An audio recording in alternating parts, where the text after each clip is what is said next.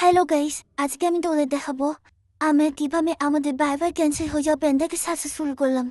তো শুরুতেই আমি টিকিট কেটে এলাম, চলে যাচ্ছি বিশির উদ্দেশ্যে। এরপর আমরা বাসে বসে বসে কি দেখলাম তোমাদেরকে দেখাই, এই যে জেমিনিওয়ালা মলেন, তারপর দেখলাম বিশ, তারপর আমরা দেখলাম ইয়া লম্বা লাইন, যে লাইন দিয়ে শেষ হয়েছে আমাদের কোথায় সেটা তোমাদেরকে দেখাচ্ছি। তারপর আমাদের বাসটাও সেখানে গিয়ে থেমে গেল। ভাবলাম আমরাও কি এই লম্বা লাইনের মধ্যে পড়ে গেলাম নাকি, ভয় পেয়ে গেলাম এই তো। কিন্তু দেখি না, আমার বাসটা সেখানে বেশিক্ষণ দাঁড়ায়নি।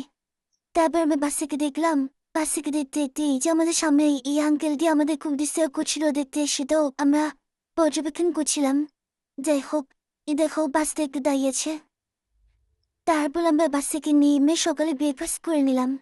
ব্রেকফাস্ট করতে করতে আমরা দেখলাম হলুদ কালার পানি। খাওয়া দাওয়া শেষে আমরা পাহাড়ে চড়তে চড়তে কি খাবো সেটার জন্য আমরা কেনাকাটা করলাম। আমরা চিপস কিনলাম, আচার কিনলাম, চানাচুর কিনলাম। এখন আমরা আমাদের মূল গন্তব্যে রওনা করবো এই অটো দিয়ে। তো চলো।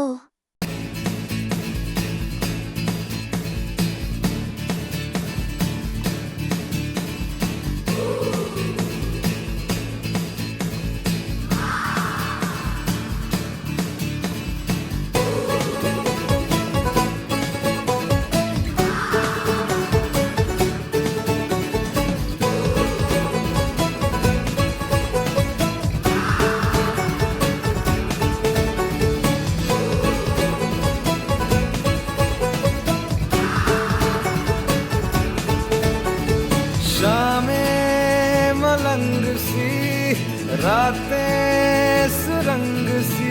এই তো আমাদের পাহাড়ে ঘোরাঘুরি শুরু। এখানে পাহাড়ের আশেপাশে দেখো অনেক ধরনের দোকান আছে। আমরা পাহাড়ে ওঠা শুরু করলাম। পাহাড় থেকে এই যে ভিউ, নিচে পানি, খুবই সুন্দর। এই যে পাহাড়ের আশেপাশে যেন এরকম একটা ল্যাভেন্ডার কালার অনেক ফুল ফুটেছিল, যেগুলো দেখতে খুবই সুন্দর লাগছিল। আমরা প্রত্যেকে সেই ফুলগুলো তুললাম একটা একটা করে। যাই হোক, আমরা পাহাড়ে উঠছি। খুব ভয় লাগছিল আমার, যেহেতু আমি পাহাড়ে উঠতে ভয় পাই। আগে থেকে আমার এইসব পুজো উঠতে ভয় লাগে। তো পাহাড়টা ছিল মূলত ছোট ছোট পাথরের মতো ছিল, যে ছাদাপাতি পাহাড়। তোমরা দেখো কত সুন্দর ভিউ, দেখি তো মন জুড়ে যায়।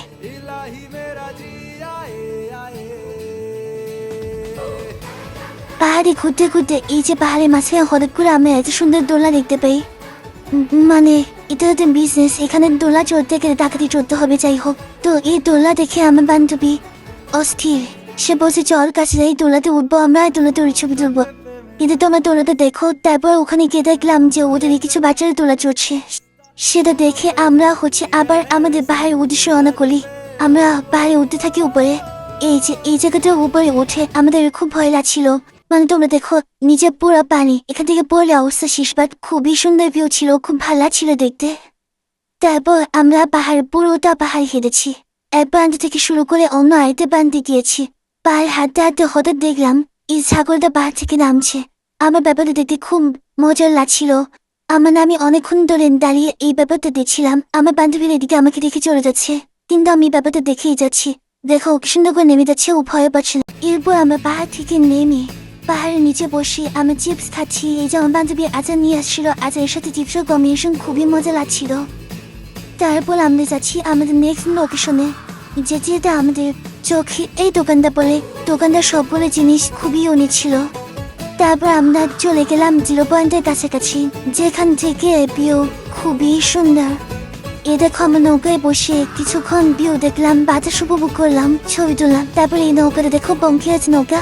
এরপর আমরা আশেপাশে লোকাল স্টোরগুলো খুলে দেখলাম।